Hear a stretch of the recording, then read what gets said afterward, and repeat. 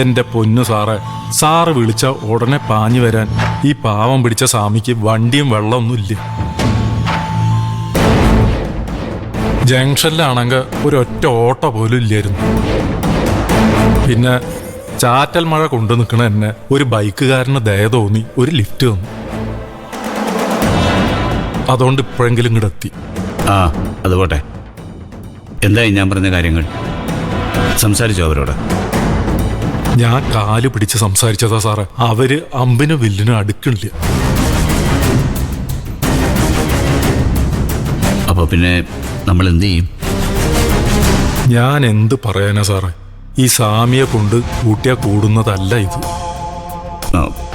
കഴിഞ്ഞ ദിവസം സ്വാമിയോട് ഒരു യാത്രയെ പറ്റി പറഞ്ഞിരുന്നില്ലേ? അതിന് വൈകിക്കണ്ട. ഇല്ല, അതിനു വേണ്ടിയുള്ള എല്ലാ ഏർപ്പാടും ഞാൻ ചെയ്തിട്ടുണ്ട്. അടുത്ത ആഴ്ച തന്നെ പോകും. സ്വാമി തനിച്ചല്ലേ പോകുന്നു? അതെ, അല്ലാതെ ഈ അവസ്ഥയിൽ ആരെങ്കിലും വിശ്വസിച്ച് കൂടെ കൂട്ടാൻ പറ്റുമോ? അത് മതി. ഈ യാത്ര വളരെ കോൺഫിഡൻഷ്യൽ ആണെന്ന് മറക്കണ്ട. ഈ വീട്ടിലുള്ളവരോ തങ്കച്ചിയോ ആരും ഒന്നും അറിയരുത്. ഇല്ല, ഈ സാമയുടെ വായിന്ന് ഒരു രഹസ്യം പുറത്തു പോവില്ല. ആഹാ, രഹസ്യയാത്രയ്ക്കുള്ള പുറപ്പാടല്ലേ? കാണിച്ചു തരാ ഞാൻ.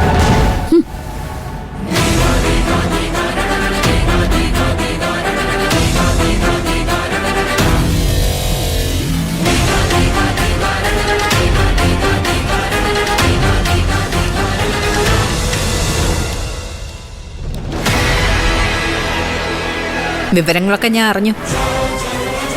നിനക്കെതിരെ എന്തോ അണിയറയിൽ ഒരുങ്ങുന്നുണ്ട് ദേവികെ.